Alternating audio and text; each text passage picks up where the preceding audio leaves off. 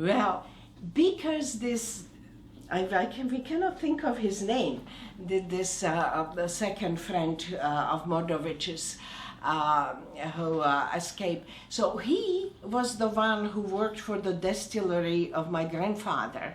And he knew my grandfather, and I did not. My grandfather died when I was 1 year old. So I was interested to find out about my relative, plus also about the escape and yeah. What's his name? Rosin? Rosin. Rosin. That's it. Rosin. Okay. That's it. Yeah. So when you went and met, tell me what your opinion was, if you remember at all, about Rosin in Dusseldorf. Okay. First of all, I was intrigued that Rosin knew my relatives, and I was going to Europe. And Rudy says, well, why don't you write to him and visit him? I said, I will never go to Germany. And he says, you must be kidding. I go to Germany every year. I lecture about Holocaust. Why wouldn't you go to Germany?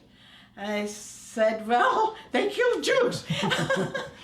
So he convinced me that there's nothing wrong with going to Germany now when it's after the hunt for Jews, that I was democratic Germany. It's totally different time. Nothing to be afraid of. I do it, you can do it.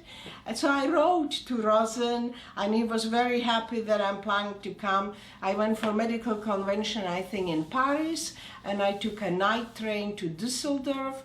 And I was in a hotel, and Rosin came to the hotel, and we spent a few hours talking.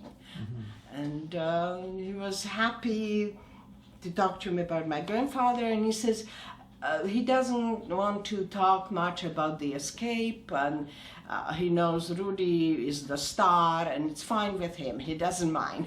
And Rudy visits him when he's in Germany nearly every time, but he lets him to be the star.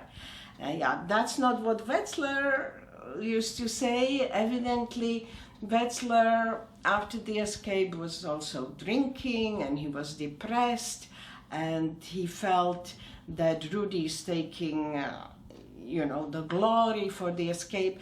Rudy always said that they escaped with Wetzler together, and again, Wetzler stayed in Czechoslovakia, and so in the book which he wrote in '60s, he didn't want to mention the people who were behind the Iron Curtain, just trying not to get them into trouble. Wetzler also was separated from Rudy by the fact that Wetzler became a quite ardently pro-communist.